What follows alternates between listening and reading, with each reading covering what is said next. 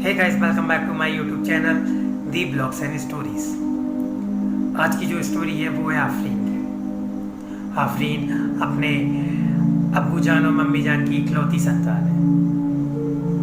उम्र करीब 20 साल की हो चुकी है और उसने अपना ग्रेजुएशन कंप्लीट कर लिया। बचपन से ही काफ़ी खुशमिजाज रही है आफरीन।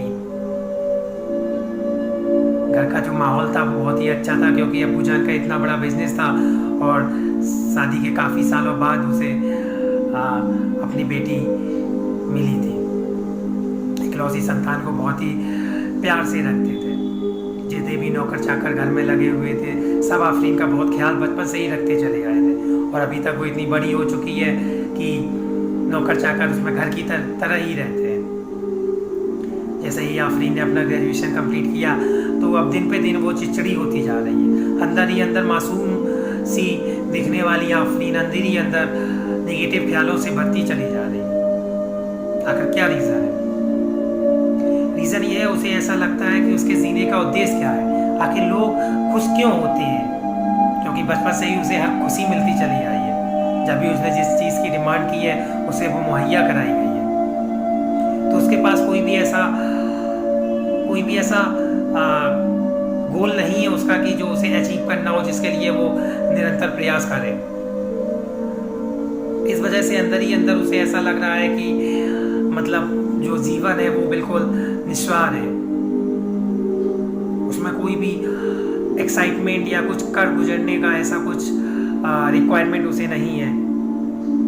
ग्रेजुएशन कंप्लीट करने के बाद अंदर ही अंदर इतने नेगेटिव ख्यालों से बढ़ती जा रही है आफरीन। एक दिन उसने डिसाइड किया कि वो गाड़ी लेके किसी ऊंचे पहाड़ पे जाएगी और वहाँ से अपनी गाड़ी को नीचे की तरफ लाएगी और छोड़ देगी, अनकंट्रोल छोड़ देगी, जिससे कि गाड़ी डिसबैलेंस होती हुई किसी पहाड़ी से टकरा के नीचे गिर जाएगी और वो एक्सपायर कर जाएगी।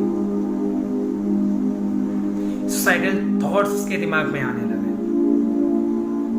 बट ऐसा डिसाइड करते ही कि एक दिन वो गाड़ी लेके निकल पड़ती है।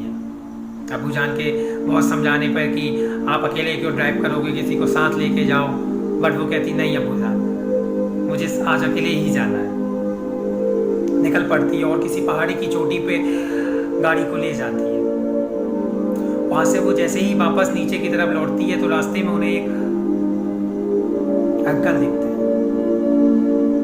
उनका करीब 60+ हो चुकी है और वो इतने खुश हैं, और काम सिर्फ उनका क्या है कि जो आसपास उनके डॉगीज हैं उनको कुछ वो खाना खिला रहा है। छोटे छोटे डॉगीज हैं, कुछ बड़े डॉगीज हैं, उनको खाना खिला के उन्हें इतनी खुशी मिल रही है। उन्हें देखकर आफरीन ने सोचा कि एक बार अंकल से ये कंफर्म करते हैं कि आखिरकार उन्हें इतनी खुशी किस बात की है। ऐसा उन्हें क्या मिल गया जो इतने खुश है, और मेरे पास सब कुछ होते हुए भी मैं खुश नहीं हूँ। गाड़ी को साइड में लगा के वो पैदल चल के अंकल के पास जाती है, उन्हें नमस्कार करती है और पूछती है कि अंकल आप इतने खुश क्यों हैं, क्योंकि मेरे अंदर ऐसा कोई भी मुझे पॉइंट नहीं मिलता है जिसको लेके मैं खुश हो सकूं। मुझे लगता है कि सारी चीज़ें बचपन से ही वही हैं और वही सब चीज़ें फिर आके करके किस चीज़ में आपको इतनी खुशी है। अंकल ने उन्हें बताया कि बेटा मेरा एक पुत्र था, मैंने उस बचपन से पढ़ाया लिखाया, वो विदेश नौकरी करने चला गया। कुछ सालों बाद वो विदेश से वापस आया और यहीं आके उसका रोड एक्सीडेंट में निधन हो गया। उसकी यह खबर सुनकर उनकी मम्मी भी बहुत परेशान रहने लगी और मैं भी परेशान रहने लगा। कुछ दिन के बाद उनकी मम्मी भी गुजर गई। मैं बस अकेला पड़ गया और एक दिन ऐसे अकेले निकलते निकलते मैं रास्ते में जा रहा था तो 2 पिल्ली, कुत्तों के जो छोटे छोटे बच्चे होते हैं, वो मेरे पीछे पड़ गए। मैं अपने घर लौट रहा था, वो पीछे पीछे मेरे पैरों को चाटते हुए पीछे पीछे भागते भागते मेरे घर तक आ गए। जल्दी से जाके मैंने घर का लॉक खोला और अंदर बंद हो गया और मैंने उन पिल्लों को बाहर ही छोड़ दिया। 10 मिनट के बाद मुझे बाहर से आवाज़ आई तो मैंने खिड़की खोल के देखा, वो दोनों पिल्ले दरवाजे के पास ही बैठे हुए थे। ठंड थोड़ी जोरों शोरों से थी तो उन्हें कपकपी लग रही थी। जल्दी से मैंने अपनी गलती को महसूस किया और दरवाज़ा खोला और एक ऊनी कपड़ा लाके उन्हें उड़ा दिया। रात भर उन दोनों पिल्लों को मैंने अपने घर पे रखा।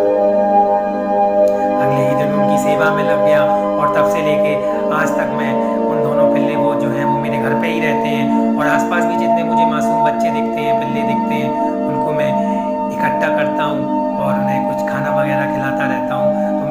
जीवन है वो बीच में बिल्कुल डिसबैलेंस हो गया था, क्योंकि बेटा और पत्नी के गुजर जाने के बाद मैं इस दुनिया में अकेला पड़ गया था। लेकिन मुझे जो प्यार इन पिल्लों से मिला है उसी को लेके अब मैं बहुत खुश हूँ। इनको खाना खिला के इन्हें प्यार करके मुझे अंदर ही अंदर बहुत अच्छा लगता है। मुझे बहुत खुश नसीब अपने आप को मैं समझता हूँ कि मेरी दोस्ती इन सब कुत्तों के बच्चों से है। ये भी मुझे उतना ही प्यार करते हैं जितना मैं प्यार करता हूँ। अगर कभी मेरी तबीयत खराब होती है तो ये लोग मुझे उतना परेशान नहीं करते हैं जितना कि नॉर्मल डेज में करते हैं। अंकल ने पूछा, आप ऐसा क्यों पूछ रहे हैं? आफरीन बोली, अंकल मेरे पास बैठे तो सब कुछ है, मेरे अब्बू जान का बहुत बड़ा बिजनेस है और मुझे बचपन से किसी भी चीज़ की ऐसी ज़रूरत नहीं पड़ी है जिसे मैं अपना गोल बना सकूं कि मुझे ये चीज़ अचीव करनी है और इसके लिए मैं प्रयत्न करूं। तो मुझे लगता है सारी चीज़ें जब बचपन से ही एज यूजुअल हैं तो मुझे फिर किस चीज़ में खुशी मिलेगी। बट आपने जो इतनी छोटी सी बात में जो अपने आप को इतना खुश नसीब महसूस करते हैं उसे देखकर मुझे लगता है मेरे पास तो बहुत कुछ है। मेरे अब्बू जान, मेरी मम्मी जान, मेरे इतने सारे रिश्तेदार, मेरे घर में जो इतने सारे नौकर्स हैं वो भी एक फैमिली के तरीके से ही हैं। फिर ना जाने क्यों अभी तक मुझे वो खुशी नहीं मिलती थी। उसने अंकल से प्रॉमिस किया कि मैं भी अब अपने जीवन में बहुत खुशी रहा करूँगी, क्योंकि मेरे पास तो बहुत खुश है, आपके पास तो सिर्फ इतने से पिल्ले हैं जिनको लेके आप इतना खुश हैं। मेरे पास इतना सब होने के बावजूद भी मैं इतना दुखी रहती हूँ। ये डिसाइड करने के बाद उसने गाड़ी पर जाके ड्राइव की और सीधे घर पर पहुँचती है। अगले ही दिन सुबह जो होती है सूर्य की रोशनी के साथ, और उसके चेहरे पर जैसे जैसे सूर्य निकलता रहता है वैसे ही वैसे उसके चेहरे पर मुस्कान बढ़ती ही चली जाती है। और आफरीन आज अपने जीवन को बहुत ही खुशनसीब समझ रही है कि उसके पास इतना सब कुछ है। गाइस, ये स्टोरी सिर्फ इसलिए है कि हमारे पास जो कुछ भी है हमें उसमें ही अपनी खुशी देखनी चाहिए। छोटी छोटी बातों को लेके खुश रहना सीखिए। हर किसी की लाइफ में प्रॉब्लम्स हैं, आपको जो पसंद है आप उसको करिए और उसमें खुश रहिए। अगर आपको जिस चीज़ में खुशी मिलती है तो मुझे कमेंट बॉक्स में कमेंट करके ज़रूर बताइएगा कि इस काम को करने में आपको बहुत ज़्यादा खुश नसीबी अपने आप को समझते हैं या बहुत ज़्यादा खुशी मिलती है अंदर ही अंदर। ठीक है गाइस, अगर आप चैनल पर पहली बार आए हैं तो चैनल को प्लीज़ सब्सक्राइब करिए और अपने दोस्तों के साथ इस स्टोरी को शेयर करिए। Thank you for watching my channel.